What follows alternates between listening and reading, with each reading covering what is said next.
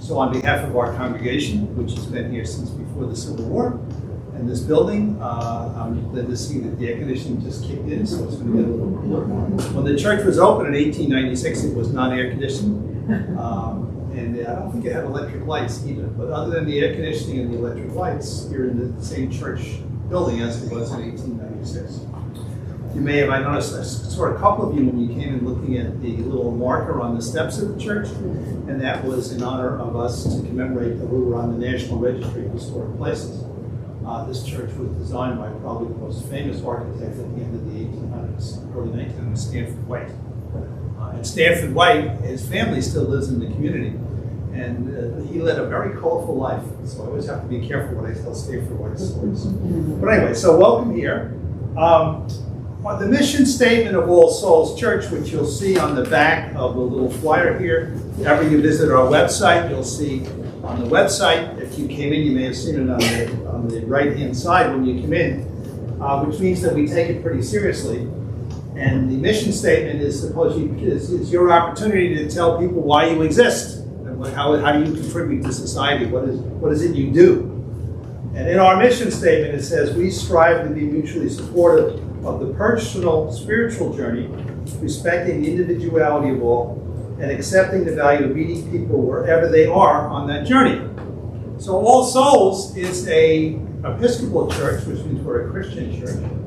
And we recognize, however, that Christianity has many branches, and we also recognize that Christianity is not the only tree in the spiritual forest. And we recognize there are people who don't consider, they're proud of the fact that they don't have a faith life, that they may be either agnostic or they may be atheist. But yet, if your definition of a spiritual journey includes being at peace, whoever it was created this whole thing, or being at peace with the earth, regardless of what faith you are, you're really all on a spiritual journey. And we meet people wherever they are on that journey. And we meet people in a variety of ways. So one way we meet people, the doors of this church are open every day. And I know that can be true. I can say that with confidence. One of the jobs I have there is they open the door. They open them up about 6 o'clock in the morning. And it's not unusual when they open those doors that there's someone waiting to come in. So we meet people that way. We also meet people through the food pantry. So those of you who bought food tonight, thank you. We take that food to St. Gerard Bahia Roman Catholic Church in Terryville. They feed a couple of hundred families. And they often send me thank you letters. They say, really grateful. The shelves were getting empty, and then we got a big delivery from All Souls. So if you brought food tonight, thank you for doing so. If you didn't bring food tonight, and you'd like to contribute food in the future, as I said, the church is open every day from basically 6 o'clock in the morning until about 6 o'clock at night. You can stop by at any time. There's a little bin out there to drop off food. My wife Susan takes it there every week. So we meet people through that. And then on the inside of your bulletin, I'll just call your attention to a couple of things that we do here. So we do an interfaith morning prayer service every Tuesday at 8 o'clock. The day that begins with prayer is likely to be a good day. And our cameraman is also Deacon Tom Brownworth from Messiah Lutheran Church. And he and I lead that service. And it is truly an interfaith service because if you drew a circle around this church building and within a 10-mile radius, you'd probably find whether it's a synagogue like Rabbi Gray over at Temple Isaiah, or Rabbi Benson over at the Port Jefferson Jewish Center. You probably find your rabbi has preached at that interfaith morning prayer service. If you happen to be Muslim, you find that the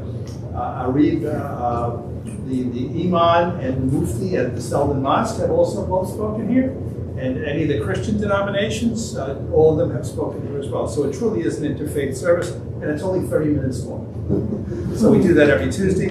My wife Susan in the back, by the way, Susan, who's also your bartender this evening, she leads the Interfaith Rosary. So I don't know when the nuns of Our Lady of Grace, when she went to school, thought her as a bartender, but they'd probably be happy that you lead. And it's an interdenominational rosary. So those of you out of the Roman Catholic tradition, you know about the Roman Catholic rosary. So we use the Roman Catholic beads, but we make it interdenominational, which means we bring in Protestant versions of some of the prayers, and also the Greek Orthodox tradition We bring in what they call the Jesus prayer, and also in the Greek Orthodox, when they do the Rosary, they provide time for meditation to do that as well. So those things we actually do every week. So Tuesday interfaith morning prayer, Wednesday interdenominational Rosary.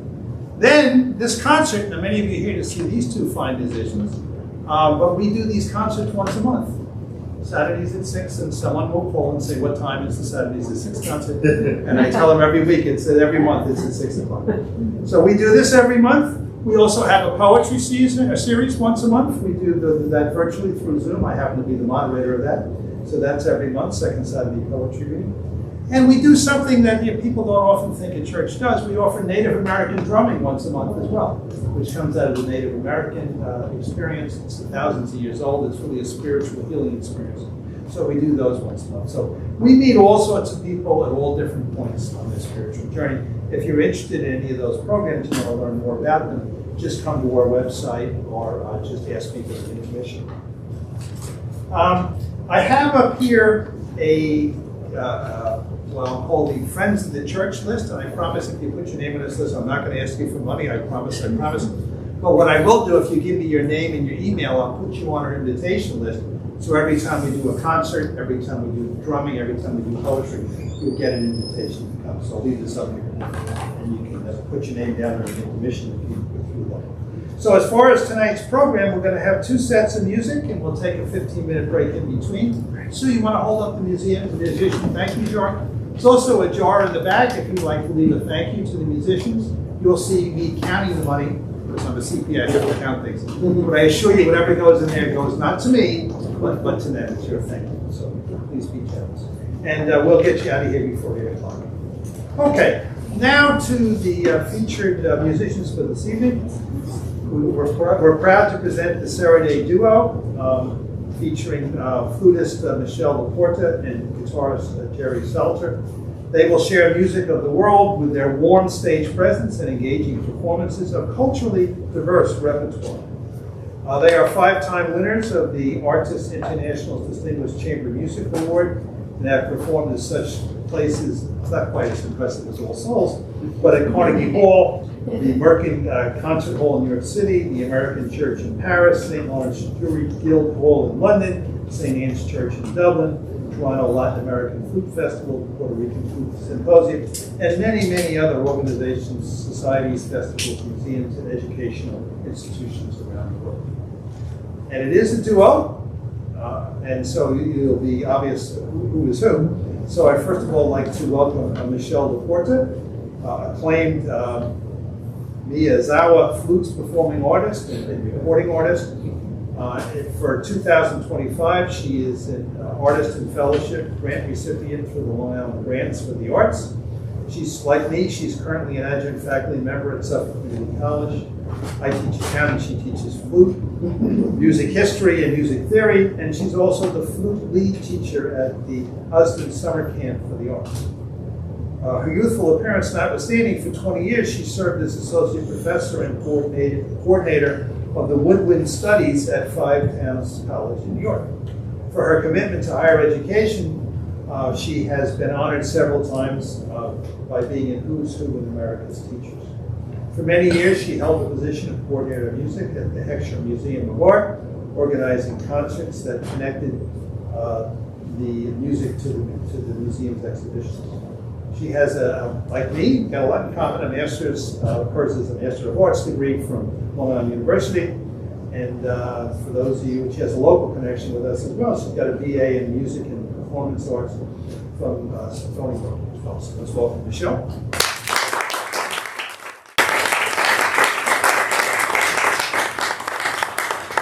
And she's also the first musician to be a participant in the All Souls 5K run in 2001. Makes my wife very happy. I walked, I didn't run for musicians.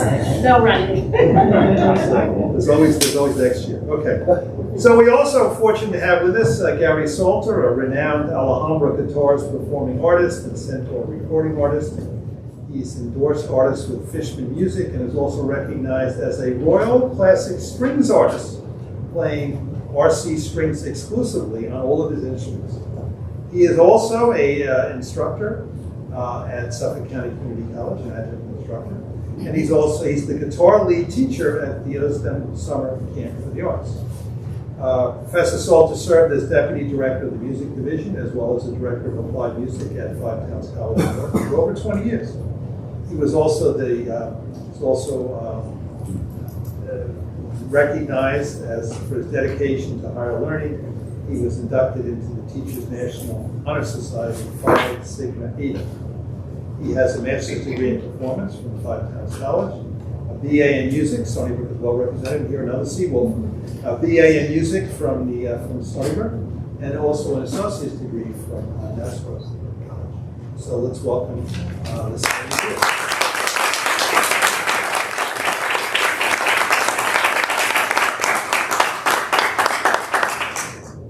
Well, it sounds so impressive when it's Dan, I'm rewriting that to put in youthful appearance. You're my new bud. Well, thank you so much for having us. It's always nice to perform in our neighborhood, and we're St. James residents. And yes, we are husband and wife. Very good. We always get asked that question, so we've taken to just putting it out there now. Our program this evening is really a celebration of what we share as human beings on the earth, and with the world and the many challenges that we're all facing in various ways, both personal and globally, we really wanted this season to be a program that unites us. So it will be music from all over the world with a little bit of a thread to Latin American culture. Dan was kind enough to mention that I happily received an Artist Fellowship grant through Long Island Grants for the Arts, which is distributed by the Huntington Arts Council and supported by New York State Legislator and the Governor of New York.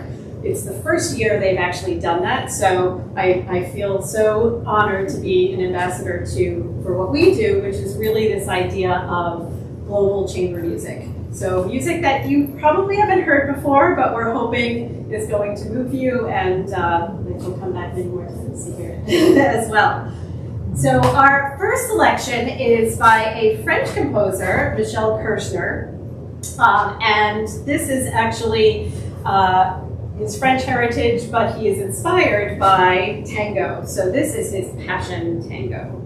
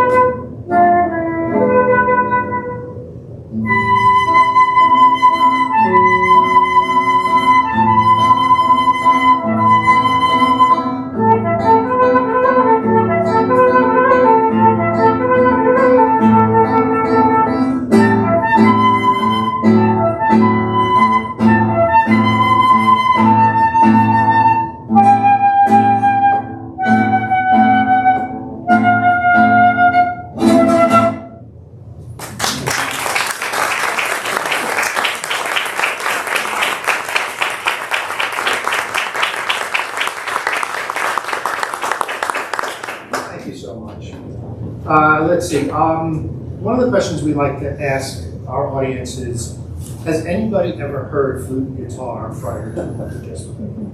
No. Okay, so now you are flute guitar ambassadors after tonight, and you're going to go for it. I guess if you're an old school rock and roller, you remember Jethro Tull. But the reality is, flute and guitar has a long sort of pedigree of being composed for, and what we're so proud of over our career is in finding that old music. I think it's inspired many composers to create new music for the two instruments. And currently, one of the things we do at, sorry, I will correct the pronunciation there, it is the Museum Summer Camp for the Arts. And it's been there about 50 some odd years. One of the opportunities we have is to pair students together with the flute and the guitar and introduce it to a whole new generation. That being said, our next piece is Suite Number 2 by Roberto Di Marino. And this piece was only written 10 years ago, 12 years ago.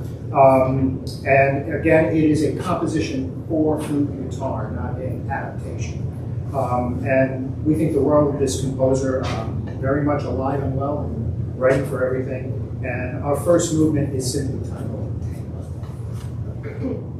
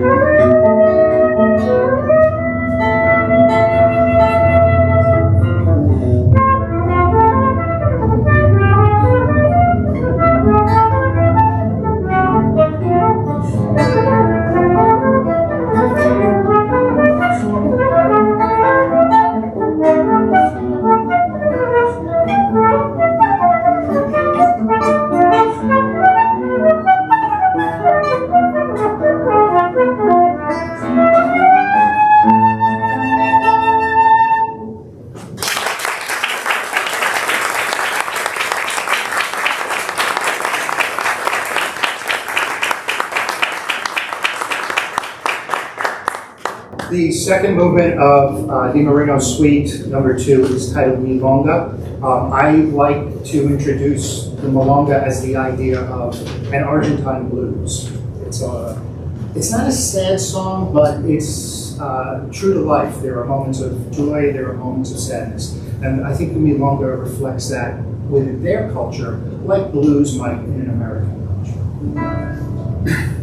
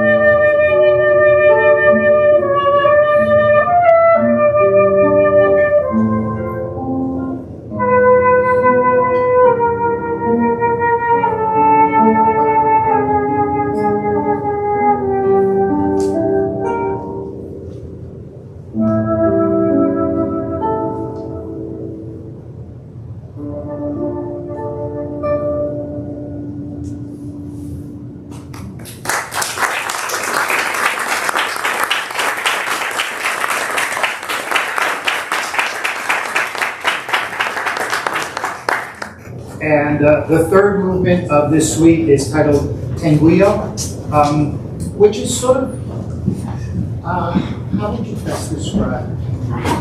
It's a happy tango, and it's usually a result of almost like a group of musicians coming together and saying, well, let's just play. Let's see what we come up with. It's, I don't want to use the word free form or a jam. It's not quite that, but it's very playful and very spontaneous.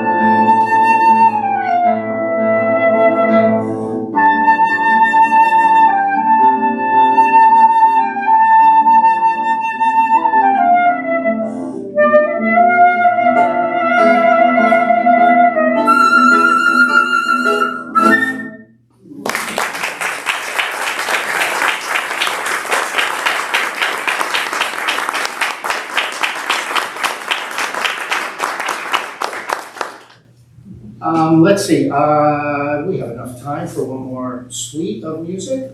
This is from an Argentine composer. The previous suite was from an Italian composer, influenced by the Argentine spirit. This piece is titled Tres Pieces Marginales, written by Máximo Diego Pujol. Pujol is I don't know if he still is, was the director of composition and just a tremendous guitar player at the University of Buenos Aires. And had a big touring career through the late 70s and early 80s, and turned his attentions to writing, and in particular, a great deal of music, once again, for flute and guitar. And what we love about this particular suite is it tells a sort of a musical story, I guess it's a poem, about life on the ranch in Argentina. Excuse me. If I'm pronouncing it right, the Casillero, or the ranch house estate, is the first movement. And each one of these movements takes us through sort of an experience of that, which is one of the reasons we love this piece.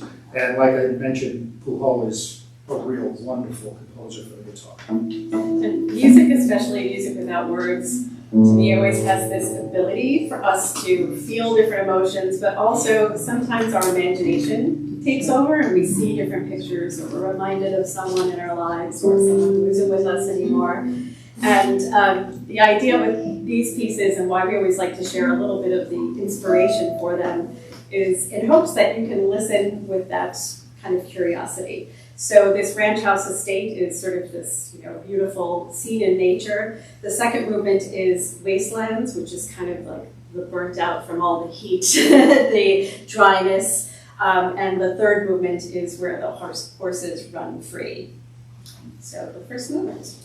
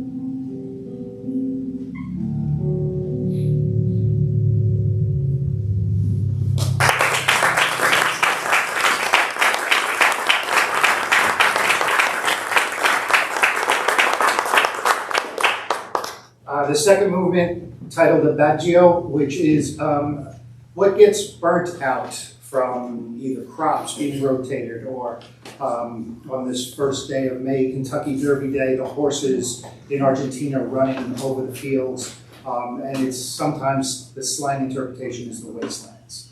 So this is our second movement, the Andante.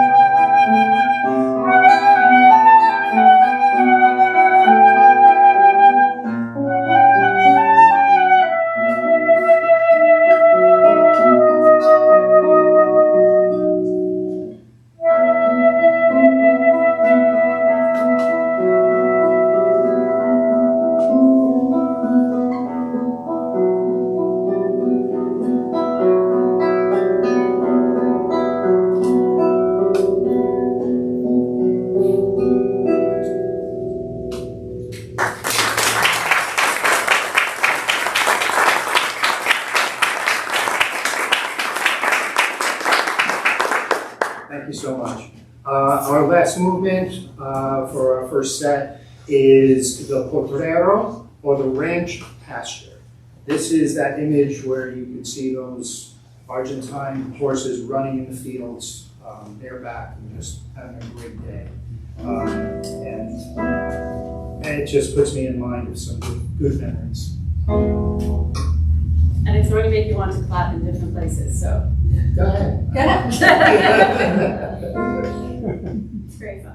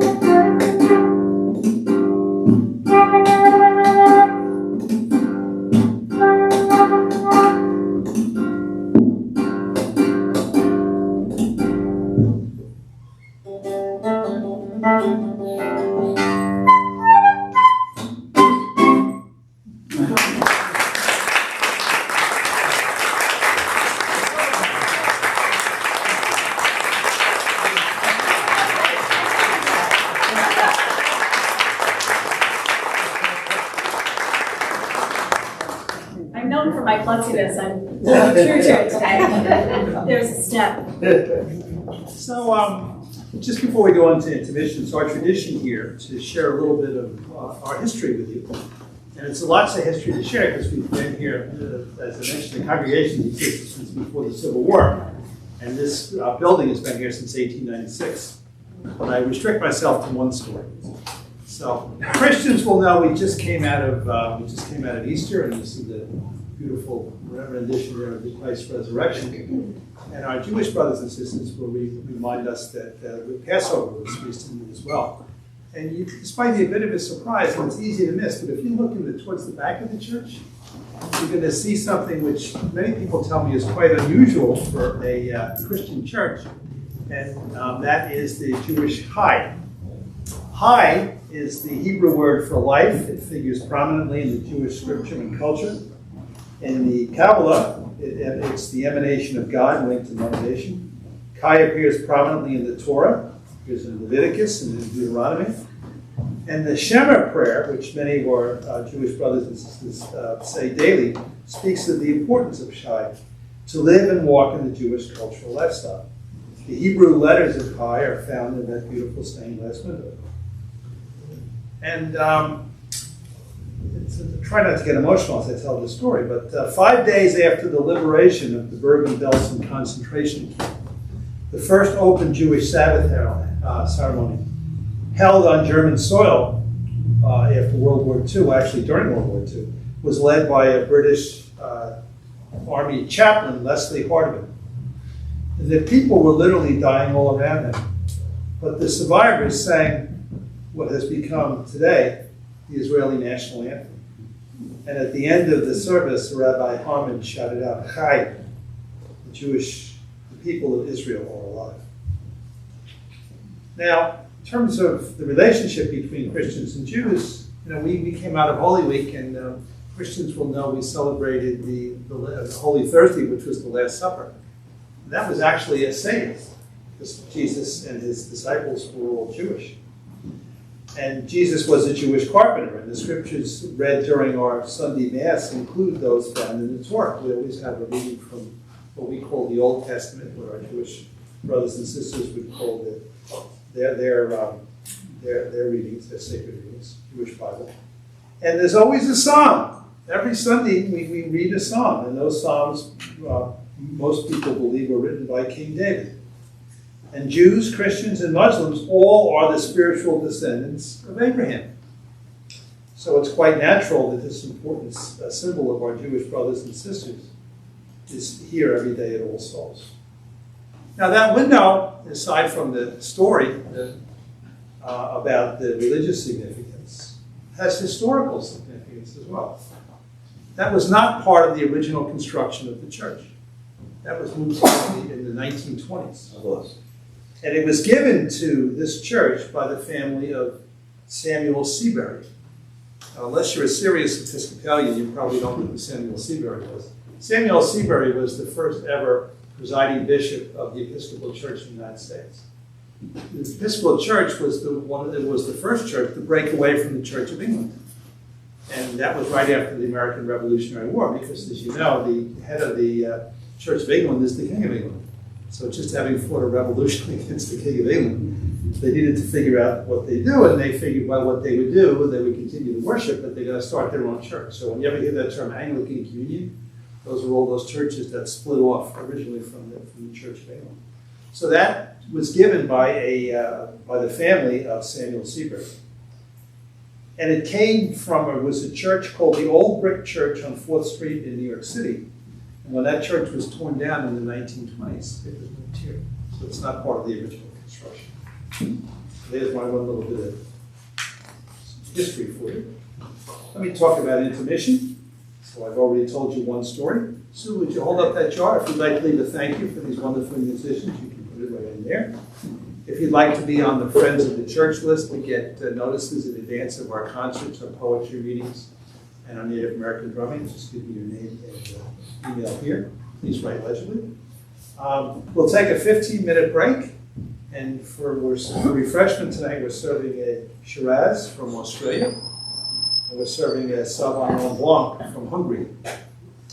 Unless you think all we do here is drink wine, we also have water. And there are two trash, what to do with the empty glasses, there's two trash bins, right, one there right at the back, one right up here at the front. We don't have a pretentious person with a tuxedo and a triangle walking around like you have at the Met. We are far more impressive. We ring our bell and flicker our lights. So enjoy your intermission. We'll see you in 15 minutes.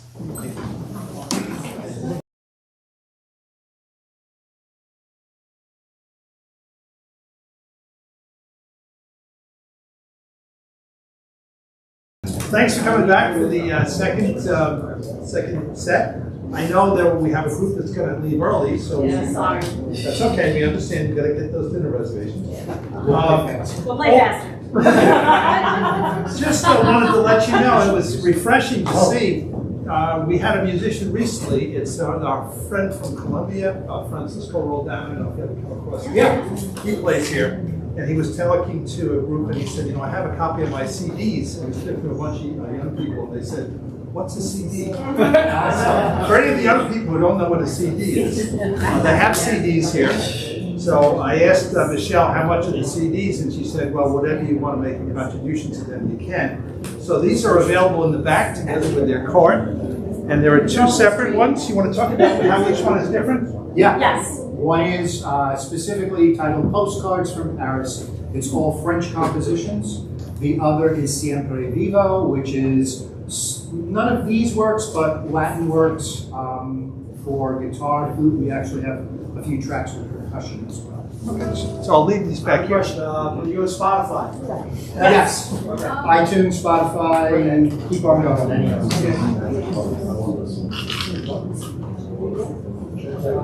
So that's a free will offering, whatever you want to put in there for them. Okay. Okay, so let's welcome back for the second set.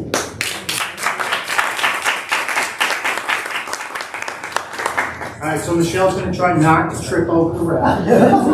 And I'm going to make sure I'm in tune while I do that. Maybe you can tell me a little bit about this one. So our next selection, Suite de los Buenos Aires, is by an amazingly wonderful composer, Claudio Montero, who is from Argentina originally and landed in Spain. So Spain has actually claimed her as their own as well.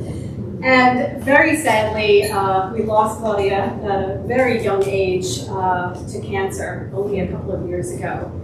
And one of the beautiful things about the arts is that there's always a legacy, and we have this incredible legacy of her beautiful works. She's a Latin Grammy Award-winning composer, and I didn't know she actually had a twin sister whose name is Mercedes. And how I discovered that is during COVID, we were doing a lot of virtual performances and recordings, and Claudio Montero's sister, Mercedes, came across our recording of this work you're going to hear this evening and reached out to us with the kindest words and thanked us for keeping Claudia's memory alive. She has taken it upon herself to be in touch with musicians, with making sure that she gives great rights to have her works recorded and to keep her sister's memory alive. So it has a deep personal connection to us now, having befriended her sister. And in Claudia's own words, this Suite de los Buenos Aires, she wanted to portray the contrast between a city full of life and a city full of romanticism. And I think she does that really quite beautifully. The first one, Preludio and Nanita. Preludio is kind of an introduction, and Nanita is little one, specifically a little loved girl.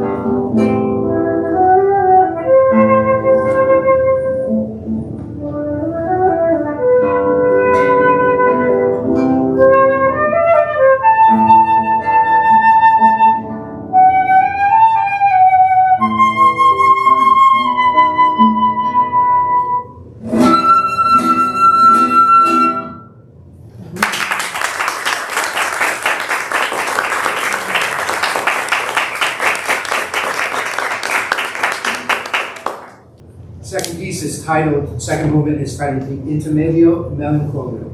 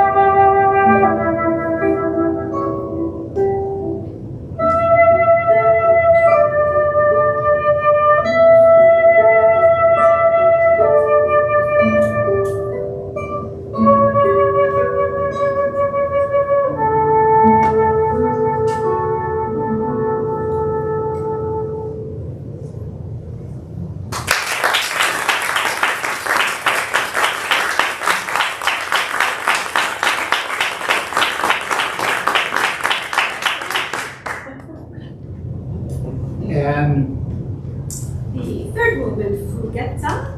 When Jerry says it, it sounds like Forget about it from Long Island.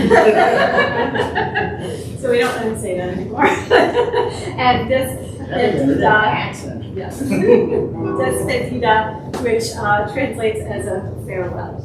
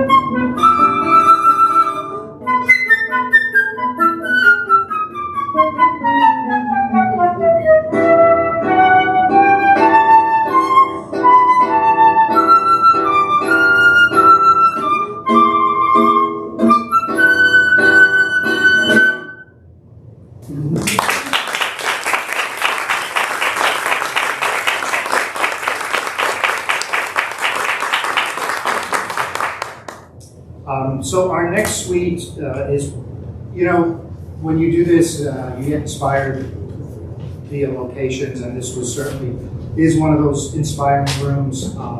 We're neighbors. We live in St. James, and we've been in Stony Brook more than half our lives together.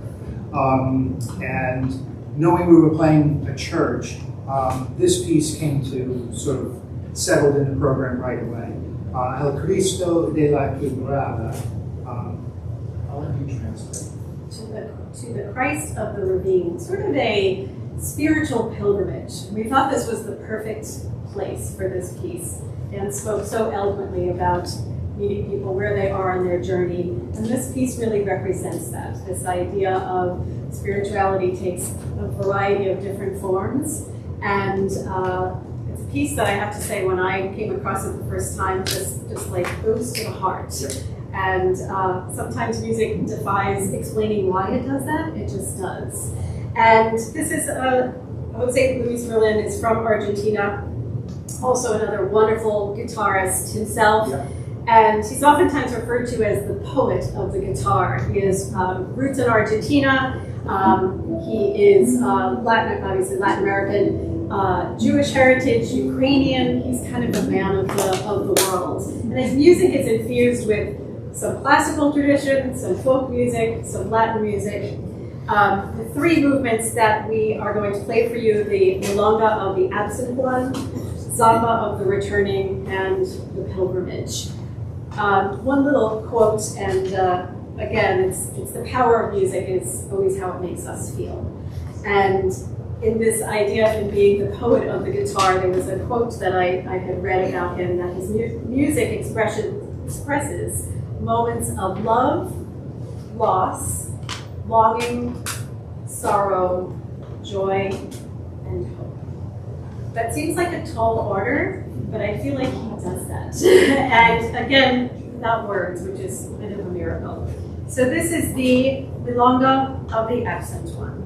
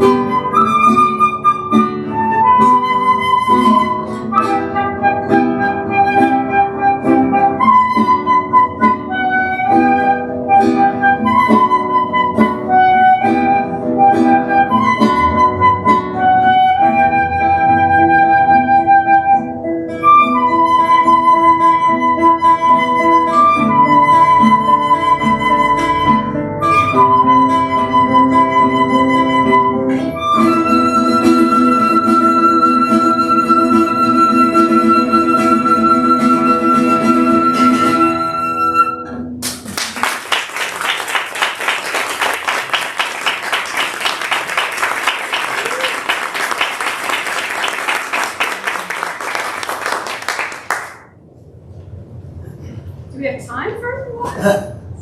One more? Sure. One more. Okay.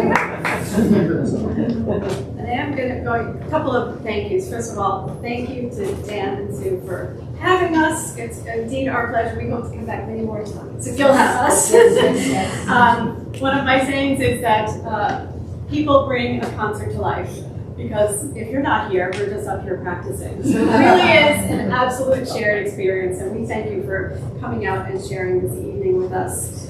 We had a very sad loss this week. Our beloved rescue dog of 12 years passed away in my arms with Jerry next to me and my mom, and it was a heart-wrenching week.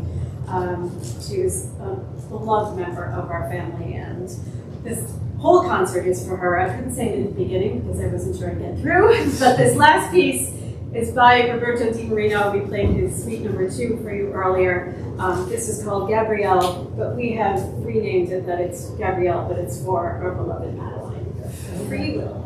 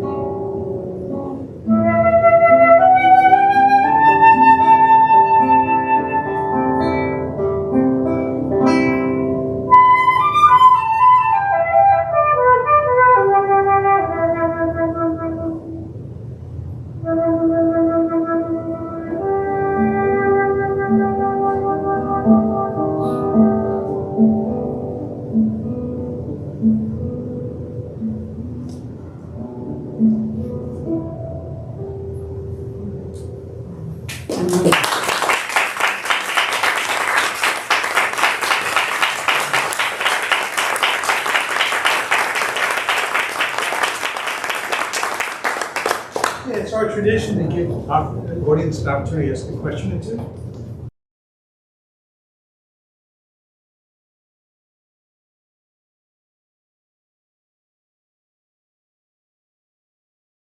Try one, but I'm wondering, the flute seems to have a much more projected sound, whereas the guitar is soft. Are you playing at a comfortable level, or do you have to adjust to make it balance? It's a really good question. It's different. A lot of solo flute music is with piano accompaniment, and obviously that's a much grander, larger sounding instrument. So that's something we teach. We talk about with young students when they're pairing up for the first time is the art of listening and blending.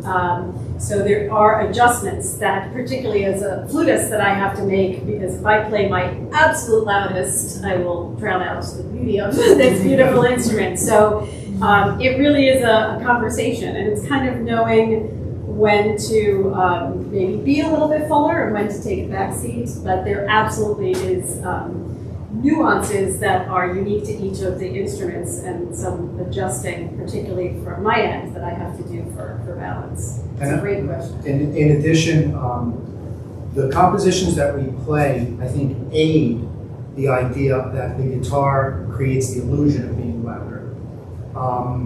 And it makes for adaptation of the instrument very hard. I was speaking with someone earlier. The great Andrea Segovia used to say, "Thank God Stravinsky didn't write for the guitar."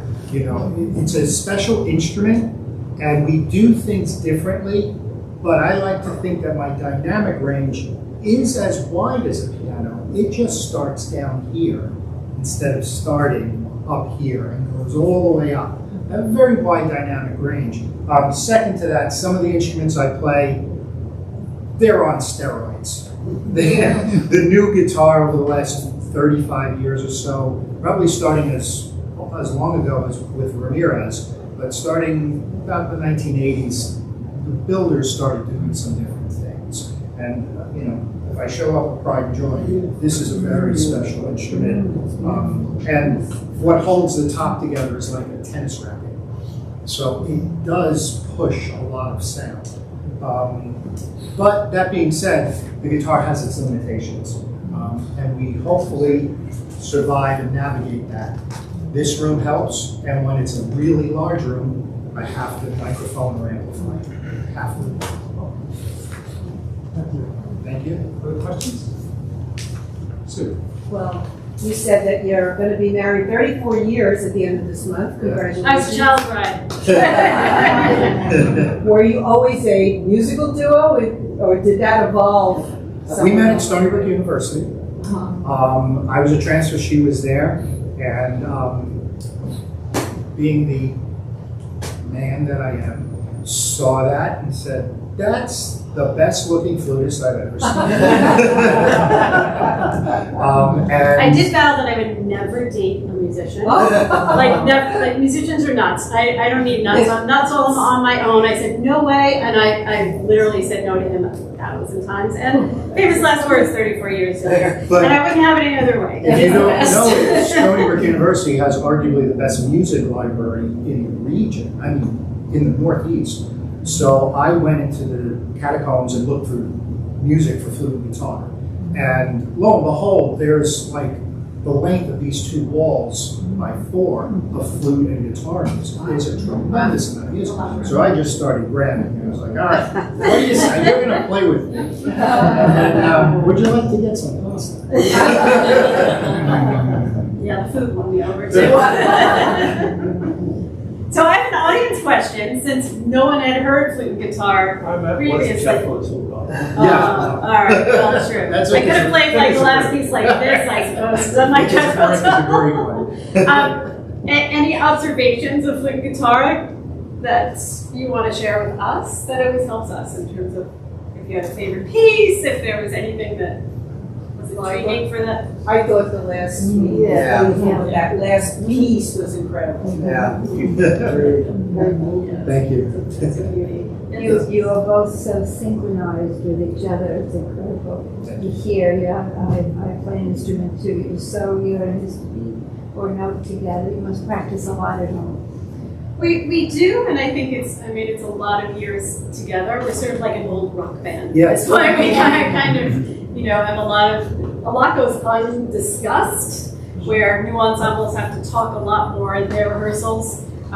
We navigate a lot of things, but a lot of it has become somewhat intuitive. I think when you live as an artist, if some people have been to our house, there's no television downstairs. And if I'm practicing and you're doing something, there's a subconscious entryway, and vice versa. So if she's in the studio and she's playing and I hear that, I'm like, she did something different with the dynamic. Let me try that. So there's sort of unspoken practice that happens. And then, of course, there's practice. We enjoy practice. I think that's Yeah. the real, there's no secret to this game. It's get up and practice. Sorry, there's no Sorry, shortcut. there's no I would shortcut. have signed up for the shortcut a really long time ago if there was a shortcut. Jerry, can you talk a Yeah. little bit about the significance of the RC strings? So over the course of our careers, we've been lucky to have endorsements come from professional organizations. And I have several. This guitar is also an endorsement. I don't put it in. This is built in Germany by a gentleman named Dieter Hoff. My other guitars are from Spain, Alhambra guitars, which are, Spain is the mother of guitar. And likewise the strings. I've tried, strings are like chocolate. You're going to try every piece out there, and then sooner or later you're going to realize there's really good chocolate somewhere in the world. So the RC brand came to me through Alhambra guitars. I was playing a string made in America for a long time, and they said, "Hey, Jerry, we love what you're doing. Would you like to play our strings?" Of course, because as a guitarist, unlike other stringed instruments, I go through strings about once a month. And with 4 to 5 guitars that I have in a working arsenal, it's a lot of strings. So thankfully, RC just says, here you go, take the strings, and just tell the world you're playing them. And, there's, I guess, nothing special other than the fact that it's more of a boutique manufacturer. It's a much smaller community of workers that they have, and they're all players. From the founder of the company from 1974, I think. They're all players, and they've been great. When I go to the summer camp, they give me strings for the students. You've never paid for a set of strings. Students here in Suffolk. So they're really special to sort of work out for. Okay, any other questions? Yes. It seems to me that a lot of this music is Latin music. In this case. And I wanted to just get a sense of how broad guitar and flute can be in terms of multinational. Sure.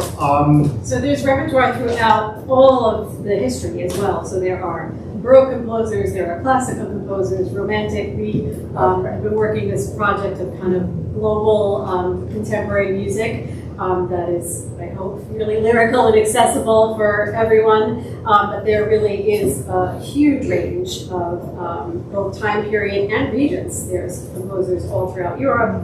There's many American composers have written for the two instruments. Really, it's global, truly. We debuted Carnegie Hall in '97, winning a competition, and the opening piece was composed by a gentleman named Mauro Giuliani from Italy. He was Beethoven's lead cello. Played cello in the 7th and the 9th. He was his wingman, history tells us. And he composed a whole lot for the guitar with flute, the guitar with violin, with voice, with string quartet. So there's a whole lot of music from every sort of place in the world. This project came into focus, I think it circles back to your first question. The Latin writing has a better, I think, more clear understanding of what the guitar can and cannot do, particularly with another instrument. Those who are guitar players from Latin America and or from another country influenced by. And then, of course, the fellowship grant that Michelle won this year we kind of built it around this global chamber music idea. And that's been a gift. It's been wonderful. We have a new CD project planned with some of that funding, so we'll be in touch. Okay, so we're at the 8 o'clock hour, so let's give them a big round of applause.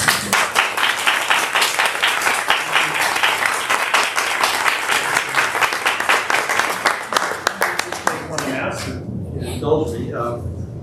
The next 3 groups that we're going to have, we're going to go back to the university on June 14th. We have the Whitman String Quartet performing. And on July 12th, we have the Voyager Reed Quintet, another group of students from the university. And then on August 2nd, we do something different. We have a group called Eastbound Freight, which is the local bluegrass group that performed last year. You know that they're really good. Okay, so thank you for coming, everybody, and we'll see you hopefully on June 14th. Thank you.